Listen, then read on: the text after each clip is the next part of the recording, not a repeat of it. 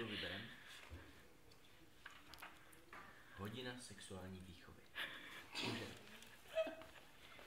Stydíme se stejně jako vy, vaše těla, naše těla, odlišná i stejná zcela. Tak mě za slovy, hodina sexuální výchovy. Tváře nám jemně znáchoví, vaše činy, naše zmatky, vaše akty bez památky. Pravdu tak těžko vyslovit. Co? 55% žáků naší 8B počato bylo nechtěně. 45% žáků naší 8B, když taťka si vyprosil na ženě dalšího potomka dědice. Hodina sexuální výchovy, učit se, učit se, učit se. To je divný. Nějakou další. Tady to je krátká. Bráška mi říká, hele vole.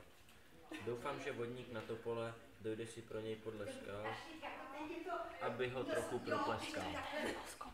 Aby ho dlouho v louži topil, dokud ten honák nepochopí, že mi náš táta je Už to neprožíváš. Jo no, už ti to vůbec nevěřím. To jsou blbosti prostě.